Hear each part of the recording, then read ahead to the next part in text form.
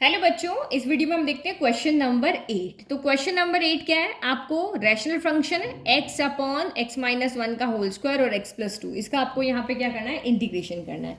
तो वही partial fraction method से करते हैं। तो देखो ये क्वेश्चन जो है वो कौन से फॉर्मूला से मैच कर रहा है? इससे नहीं कर रहा, क्योंकि यहाँ स्क्वायर है और यहाँ पे आपके पास क्या है, ओनली दो टर्म है। ये भी नहीं कर रहा है, सेम का स्क्वायर है। ये भी नहीं कर रहा है, यहाँ तीन अलग अलग है, बट स्क्वायर को अगर मैं कर दूं तो x minus one x minus x plus two हो जाए। ये भी नहीं है। तो देखो ये वाला इससे मैच कर रहा है। कौन से वाले? फोर्थ वाले से। एक्स माइनस ए का होल स्क्वायर और एक्स माइनस बी हो गया। ठीक है। तो ये यानी कि हमें यहाँ पे क्या करना पड़ेगा, जब भी स्क्वायर आता है तो हम एक बार एक डिग्री को लिखते हैं, दूसरी बार दूसरी डिग्री को लिखते हैं। यहाँ पे देखो ए अपॉन एक्स माइनस ए, बी अपॉन एक्स माइनस ए का होल स्क्वायर प्लस सी अपॉन एक्स माइनस बी हो गया। तो ये वाला तरीके से हम इसको पार्शियल फ्रैक्शन करेंगे। और ये आपका यहाँ पर क्या है, प्रॉपर फ्रैक्शन भी है, क्योंकि ऊपर डिग्री 1 है, नीचे एक्स यहाँ से स्क्वायर आएगा, और ये आपकी क्यूबिक हो जाएगा। तो क्यूबिक फंक्शन की डिग्री कितनी होती है? 3। तो ये इसका मतलब आपका 1 क्या है, छोटा है 3 से। तो ये आपका प्रॉपर, ये हमेशा आप यहाँ पर चेक करना कि ये प्रॉपर फ्रैक्शन है। चलो सॉल्व करें हम। तो सबसे पहले हम तीन ब्रैकेट है नीचे, इसकी पावर 2 तो 3 ही हुए ना, तो 3 बी वेरिएबल आएंगे। ए इसके साथ में कोई एक पावर, फिर बी के नीचे इसकी 2 पावर, खत्म हो गई बात भाई। मैक्सिमम 2 थी, 3 होती तो एक और लिख लेते। और सी अपॉन कितना हो गया, एक्स प्लस टू हो गया। चलो अब क्या करेंगे, एलसीएम लेंगे। एलसीएम लेकर के एबीसी की वैल्यू निकालेंगे। तो ये आपका एलसीएम बस पार्शियल फ्रैक्शन में लिख दिया, उसके बाद बहुत इजी हो जाएगा।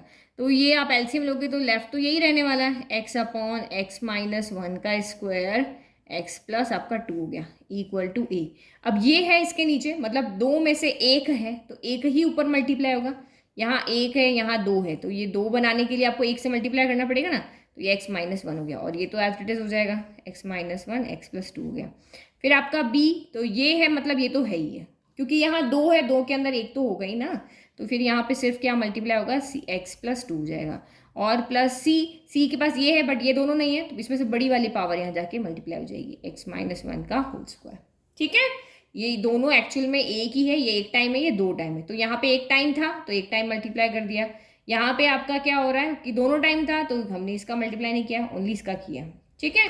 अब आपका डिनोमिनेटर, क्योंकि जब हमने एलसीएम लिया तो तीनों का प्रोडक्ट ही, तो हमारे पास क्या आएगा, एलसीएम आएगा, ये आएगा ना।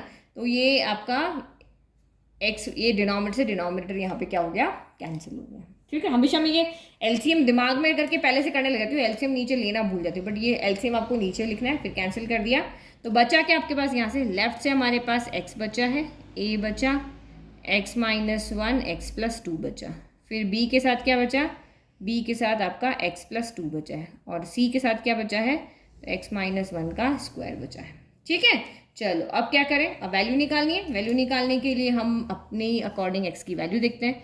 तो देखो अगर मुझे यहाँ पे ए की वैल्यू निकालनी है, चलो ए की वैल्यू को छोड़ो, हमारे पास ब्रैकेट में क्या है, 1 एंड 2 है। तो पहले आप एक्स इक्वल टू 1 पुट कर दो। तो एक्स इक्वल टू 1 पुट करने पर ये 0 हो जाएगा, ये 0, क्योंकि 1 माइनस वन 0, 1 माइनस वन 0, तो ओनली बी बचेगा। तो यानी कि 1 equal to B, 1 plus two, X equal to 1 पे ए एंड आपके सी 0 हो गए। तो 1 प्लस टू कितना हो गया, 3 हो गया, तो 3 भी हो गया। तो इसका मतलब 1/3 इक्वल टू आपका कितना आ गया, बी आ गया। तो ये हमारी बी की वैल्यू। अब हमारे पास एक और है, 2 है, तो यानी प्लस का 2 है, तो अब -2 रख लेते। तो एक्स इक्वल टू -2, क्योंकि -2 रखने पर ही ये और ये 0 होंगे, हमें सी की वैल्यू मिलेगी। तो -2 इक्वल टू -2 प्लस 2 0, ये 0 हो गया, -2 प्लस 2 0, ये आपका 0 हो गया। यहाँ रखो सी -2 -1 का स्क्वायर। तो -2 equal to C, minus minus plus, तो 2 प्लस 1 3 हो गया, यानी -3 का स्क्वायर। तो -2 इक्वल टू -3 का स्क्वायर क्या होगा, 9, तो 9c हो गया। तो ये जब इधर चला जाएगा तो आपका कितना हो जाएगा, माइनस का 2/9 हो जाएगा। तो माइनस का 2/9 इक्वल टू आपका सी हो गया। तो ये हमें यहाँ से सी की वैल्यू मिल गई।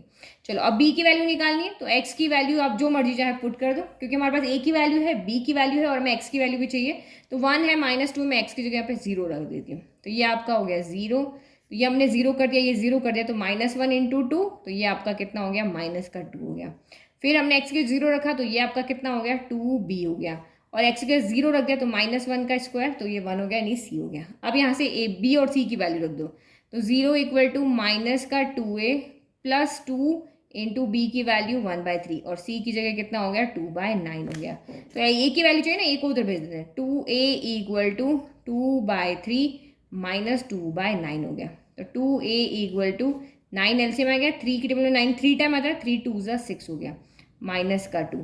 तो ये कितना हो गया 2a इक्वल टू 6 - 2 4 आपका कितना हो गया 9 हो गया। इस 2 को इधर भेज देते हैं तो a इक्वल टू आपका यहाँ से अच्छा इस 2 से ही कैंसिल करते हैं, 2 से 4 कैंसिल हो गया 2 टाइम, तो a इक्वल टू आपका 2/9 आ गया। तो बस हम हमारा पार्शियल फ्रैक्शन का काम था वो हो गया कि हमने इनको अलग अलग टुकड़े कर दिया। अब ए बी सी की वैल्यू भी निकाल दी, ए बी सी की वैल्यू अब इसमें रख लेते हैं। तो now x upon x minus 1 का whole square x plus 2 equal to a की वैल्यू कितनी है तो 2/9, तो 2/9 इंटू 1/x माइनस 1 हो गया। कुछ नहीं कर रहे, यहाँ ए बी सी की वैल्यू रख रहे हैं। फिर प्लस b की वैल्यू कितनी है तो 1/3, तो प्लस का 1/3 इंटू 1/x माइनस 1 का होल स्क्वायर। फिर c कितना है आपका यहाँ पे माइनस का 2/9, तो यहाँ आपका क्या हो जाएगा माइनस हो जाएगा। तो ये आप कितना हो गया माइनस का 2/9 और 1/x प्लस 2 हो गया। ठीक है, रख दिया, ए की अलग दी, बी की रख दी, सी रख दी, इनको सबको वन अलग अलग कर दिया क्योंकि हम इसको ऐसे लिख सकते हैं a into this B into this, ऐसे हम यहाँ पे लिख सकते हैं। अब क्या करें, सब सिंपल हो गए, अब इंटीग्रेशन लगा दे। तो integration of x upon x minus 1 का होल स्क्वायर और x प्लस 2 इक्वल टू 2 अपन कॉन्स्टेंट को हमने आगे ले लिया, इसीलिए कॉन्स्टेंट को आगे लेना इसलिए पहले से ही आगे लिख दिया, तो x माइनस 1 dx हो गया। फिर प्लस आपका 1/3 इंटीग्रेशन ऑफ 1/x माइनस 1 का होल स्क्वायर dx हो गया, और ये कितना हो गया माइनस का 2/9 integration of 1/x plus 2 dx हो गया। ठीक है, चलो करो, तो ये आपका कितना हो गया 2/9, ये हो गया log modulus of x minus 1। ये तो वही फॉर्मूला है ना इंटीग्रेशन ऑफ 1/x dx। अब x यहाँ पे लीनियर होना चाहिए, चाहे उसके साथ कुछ भी ऐड हो, सब्ट्रैक्ट हो, मल्टीप्लाई में हो, लेकिन लीनियर होना चाहिए, तो यही फॉर्मूला लगेगा। अब इसका कैसे करेंगे, तो देखो आप यहाँ, ये तो आपका सीधा हो जाएगा, ये भी लीनियर है, बट यहाँ पे क्या होल स्क्वायर है, तो होल स्क्वायर में अलजेब्रा में एक ही फॉर्मूला होता है हमारा। इसको हम कैसे लिख सकते हैं, इसको हम लिख सकते हैं 1/3 इंटीग्रेशन ऑफ x माइनस 1 की पावर -2। क्या लिख सकते हैं x माइनस 1 की पावर -2। तो अब आपको फॉर्मूला पता ही है, जब x की पावर n होता है तो हम यहाँ पे क्या करते हैं, x की पावर n होता है तो x की पावर n प्लस 1, तो -2 + 1, और नीचे भी -2 + 1, फिर माइनस का 2/9 log modulus of x plus 2, इसका भी ये हो गया और ये प्लस का c हो गया। तो हम यहाँ पे इसको सॉल्व कर लें तो यही हमारा आंसर है 2/9। अच्छा देखो ये और ये सेम है, ये दोनों सेम है, बट 2/9 कॉमन कर लेते हैं क्योंकि पीछे से आंसर आपको मिलाना पड़ेगा ना, अदरवाइज आप अलग अलग लिखो वो भी आंसर राइट है।